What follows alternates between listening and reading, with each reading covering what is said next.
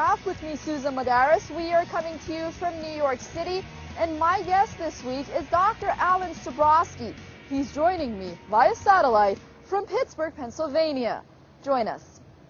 Alan Sobrowski is a writer and consultant specializing in national and international security affairs.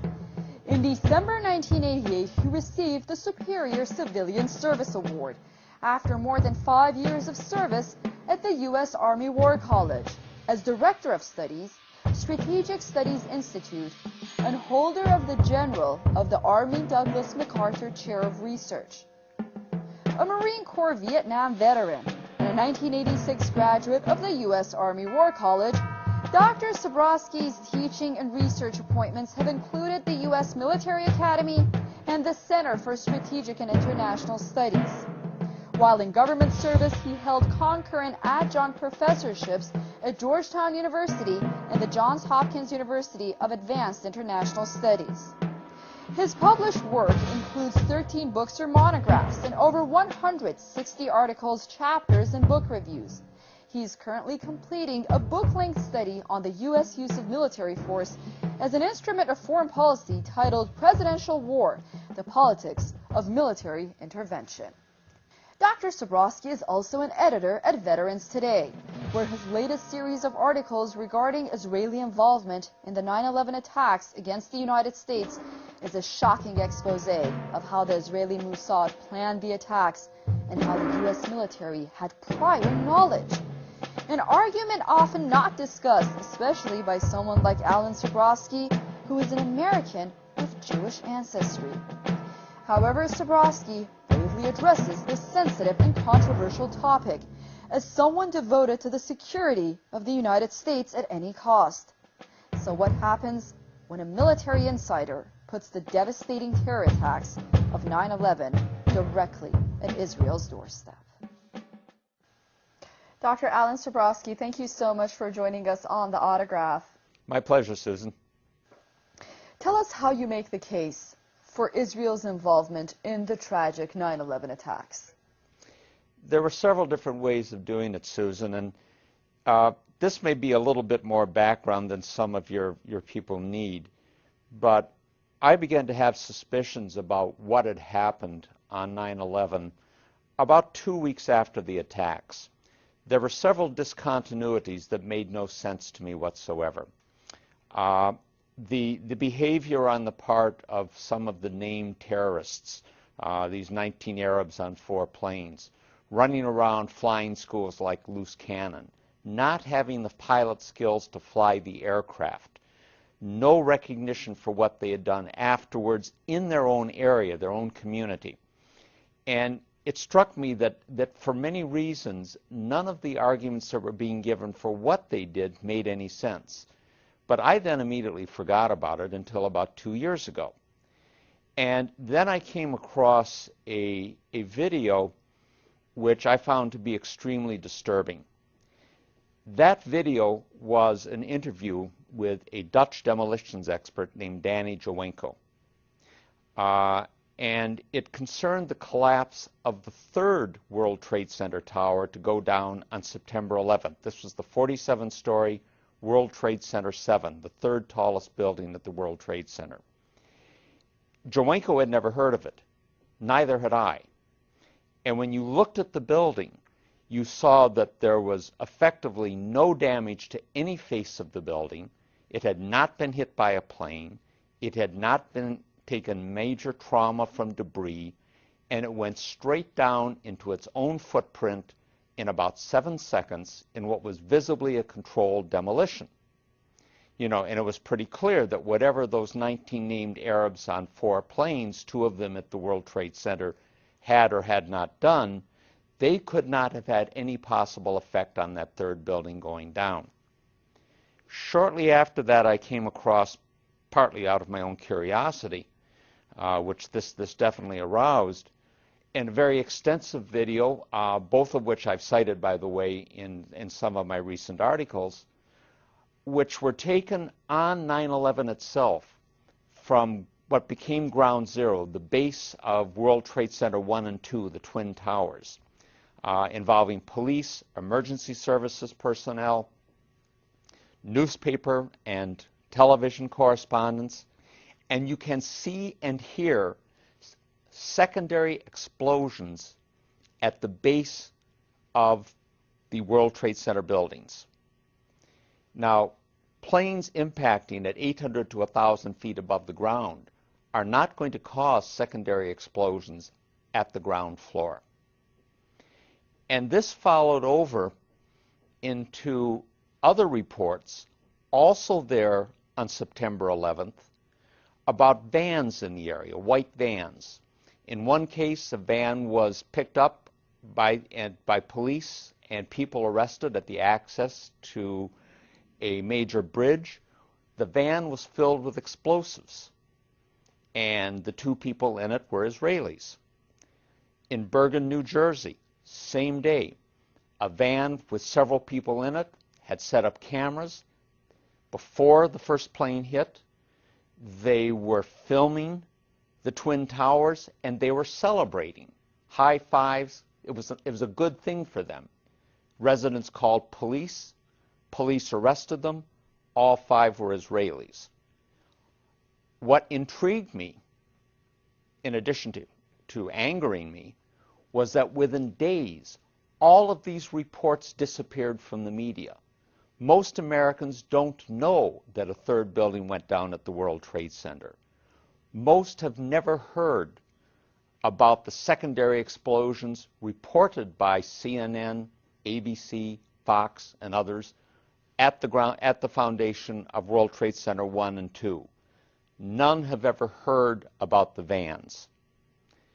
So I began looking at this very carefully, and one of the things that I began looking at was just what would it have taken for a special operations group of any particular nationality to have done 9/11, either by having taken control of the operation we have been told about of the 19 named Arabs on 4 planes, or having run a parallel operation where you have 4 planes being hijacked, but there is another operation being done with those in concert.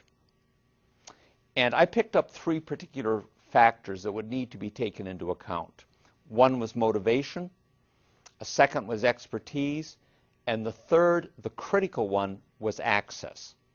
Now, when it came to motivation, it's probably a very sad commentary on where we are in the world today, that there are an awful lot of countries and groups out there in the world that have either real or contrived reasons to hate America. It wasn't that way when I was a young man, but then many things weren't the same way now as they were when I was a young man. But almost all of the groups and countries that might want to do this only had a negative reason for doing it. They wanted to hurt us. The Israelis had a positive reason, and it's one that a number of their supporters had talked about from the 1990s on up, and what was called the Project for a New American Century, whose members included, by the way, later Vice President Richard Cheney, later Defense Secretary Donald Rumsfeld, and many of the so-called neoconservatives, most of them Jewish but not all, who came into the first Bush administration. Israel had a positive reason, and was get the United States involved in a war in the Middle East with a powerful, enraged, anti-Islamic strain within the American public, that they needed a catalytic event to produce this. They even talked about it in terms of another Pearl Harbor is needed to bring the American people into this fight. The second was expertise. Lots of expertise out there. Bringing buildings down and controlled demolitions is something that almost any intelligence agency of any country in the world can do or can contract. There are many private agencies that do this. But one thing is absolutely clear. Neither those 19 named Arabs on the plane nor Al-Qaeda as an organization had the expertise, the technical expertise to do that. And there is one very clear proof of that. If Al-Qaeda and its affiliates had had the ability to wire even one building for a controlled demolition at the World Trade Center, much less all 3 of them, The so-called green zone in the heart of Baghdad would have been a pile of rubble, and it wasn't. But the last is access. The World Trade Center security was an Israeli-owned company. Security at all three of the airports from which the 4 aircraft on 9/11 departed, ICTS, was an Israeli security company.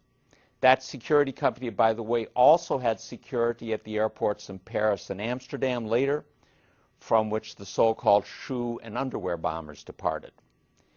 The security company at the World Trade Center had 24/7 state-of-the-art electronic surveillance and foot patrols. Wiring a building for a controlled demolition, and I must confess here, this is not my specialty. I have heard what people who do this for a living have said about it, but it is not my specialty. But the description of it in the video of Danny Jawenko that I mentioned to you is a very good one on this. And he described it in which if you needed to do it in a few hours, you would need 30 to 40 people, fewer if you had more time, cutting open the walls, literally cutting open the walls, all the way around the building, implanting the explosives, running detonator cord and cable, wires to put them to a control system, coordinating all of this activity. This is not something that involves the casual bringing in of a briefcase and leaving it at the foot of a building's elevator and going out again. This is extensive work, and it would require the type of extensive sustained access that could not go unremarked by the security forces in place on this.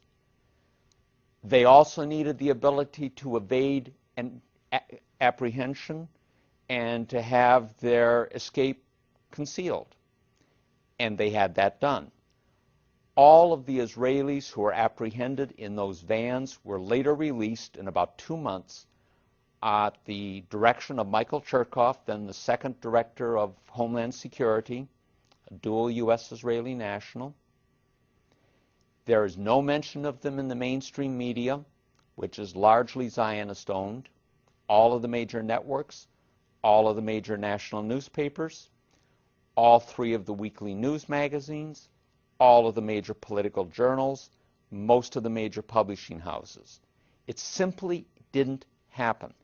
The only thing that happened on 9/11 that was discussed in the media, that have been accepted by the government, that was described in the 9/11 Commission, are 19 named Arabs on 4 planes bringing down 2 buildings. And the rest of it, in Orwellian terms, has become a non-event and a non-story. And you know, since you just pointed to the 9/11 Commission report, there is an understanding that the primary motivation for 9/11 was U.S. support for Israel's brutal oppression of the Palestinians, also conveyed in the 9/11 Commission report. I guess my question is, how are these 2 incidents, or theories, so to say, related? And, you know, there are those that will brush off your argument as a conspiracy theory. Are you concerned? I don't think that's so much of a conspiracy theory. I was smiling when you said that because to tell a bit of a story on this. Back in the early 80s, when I was in Washington at the Center for Strategic and International Studies, one of our visitors for a luncheon talk was a young gentleman then named Francois Heisbourg. Heisbourg was the special assistant to French President Francois Mitterrand. And I don't know how this subject came up, but he said, you know, Americans never see conspiracies anywhere. We French, he said, we see conspiracies everywhere. And both of us are wrong. This is not a conspiracy in the sense that it is usually used, the word is usually used, which is to denigrate an opposing argument. When someone in the United States says that that's a conspiracy or that's a conspiracy theory, by definition they mean it is irrational, illegitimate, and without proof. All I would suggest to people is that you look at the films of WTC-7, that third tower going down on September 11th. You look and listen to the reports on September 11th with the secondary explosions.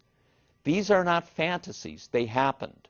You look at the reports on September 12th of the apprehension of Israelis with vans of explosives and cameras filming the events on September 11.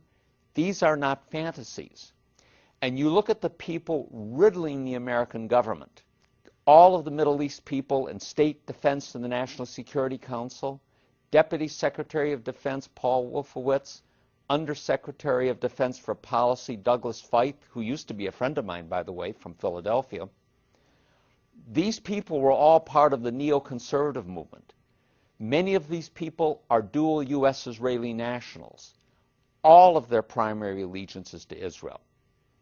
In a recent article, Stabrowski explains why he is anti-Israeli.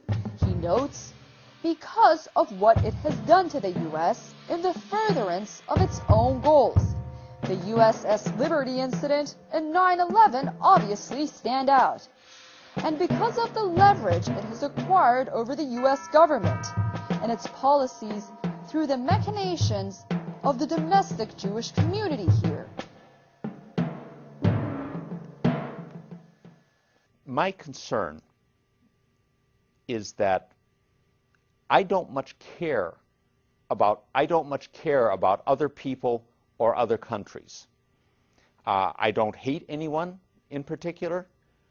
I don't like anyone in particular. I'm an American. My loyalty is strictly to the United States. And I don't care what my ethnicity is or what my ancestry is. My allegiance is that. And my concern is only whether something helps or hurts the United States. And I think anyone who's a citizen of any country can very properly have similar feelings toward their country. What I'm concerned about is what is done to hurt America. And it is very clear that over a period of the last 40-odd years, that the penetration of the American political process, the effective subordination of the Congress in particular to Israel, when an Israeli prime minister can get 29 standing ovations from a Congress that can't give that much support to one of their own presidents, no matter how outlandish the statements, you have something as close to a puppet agency as you're going to find. Our policy in the Middle East has for decades been manipulated increasingly in terms of what benefits Israel and not what benefits the United States, even when that policy is articulated and supported by individuals who are sworn officials of the United States government. And to me, when a sworn official of the United States government, whether or not that person has dual Israeli citizenship, manipulates American policy, contrives crises and tragedies like 9/11, contrives wars like Afghanistan and Iraq, and now tries to get us into a war with Iran, all in the service of Israel, spending American lives in that process, they commit high treason, and they need to be treated in that manner. In his article, Zionism Unmasked, the Dark Face of Jewish Nationalism, Stabrowski looks at the differences between Jewish nationalism, or Zionism, and that of other countries and cultures. He argues that, first of all, Zionism is a real witch's brew of xenophobia, racism, ultranationalism, and militarism that places it way outside of a mere nationalist context. Secondly, Zionism undermines civic loyalty. Thirdly, the enemy of normal nationalist movement is the occupying power, and perhaps its allies, and once independence is achieved, normal relations with the occupying power are truly the norm. But for Zionism, almost everyone out there is an actual or potential enemy. I continue our interview by asking him about his theory. Well, I think the first thing to note, and I want to be sure that this is emphasized, is that is that Jewish nationalism or Zionism is not Judaism. It has nothing to do with Judaism. Many of the Zionists are very secular Jews. They are not practicing Jews in a religious sense. The thing that's intriguing about Zionism, and I think I use the phrase that it's a real witch's brew of xenophobia, ultranationalism, and militarism, with a nice scrap of regional imperialism built into it. Most nationalism is not like that. Most nationalism is intended to be a unifying force, but it doesn't go to such an extreme level. A second element of it is that when you have competing nationalisms, it's very, very rare to find anything that involves the level of antipathy and hatred to the other side. Sobrowski believes that Americans should see where they stand now, what should be done, and where America must stand if it wishes to alter the world Zionism has contrived. While he paints a realistic picture of what the current situation is, he addresses why so many attempts to contain Zionism in the U.S. have failed throughout the years. You know, a good friend of the show, James Morris, who has contributed greatly not only to this show, The Autograph, but also in raising public awareness, notably on his website, americahijacked.com.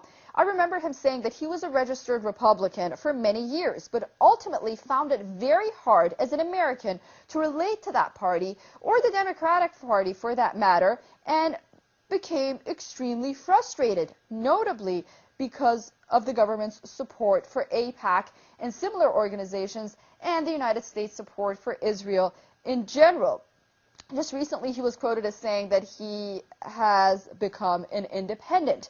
But I guess my question is, and my point is, that are we seeing more public awareness, more frustration inside the United States among Americans, because the ones that I talk to seem to be very, very upset, to say the least, and they seem to feel very strongly about this issue.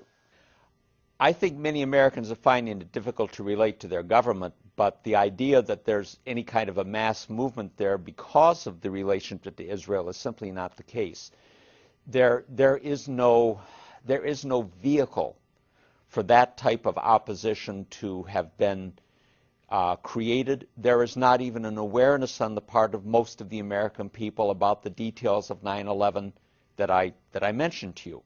One of my last article was much more of a practical, how do we get the word out? And I think that if people did understand what had really happened at 9/11, you could very rapidly see a very substantial reorientation of public opinion. Dr. Alan Sobrowski, thank you so much for those comments. So much more to talk about. Unfortunately, we are out of time. Hopefully, we will see you back on The Autograph next time here in New York City. Susan, thank you very much. I sincerely hope I too can meet you there, and I'm only sorry that the missed plane connections didn't make it possible last night. No worries. It was a pleasure to have you on. Thank you, Susan. You take care. All the best wishes to you. That's all the time we have for this edition of The Autograph here on Press TV. Thank you for staying with us and watching. Remember, you can always send us your emails to The Autograph at susanwadaris.com. We are always looking forward to them. Until next week in another show, from all of us here in New York City, goodbye.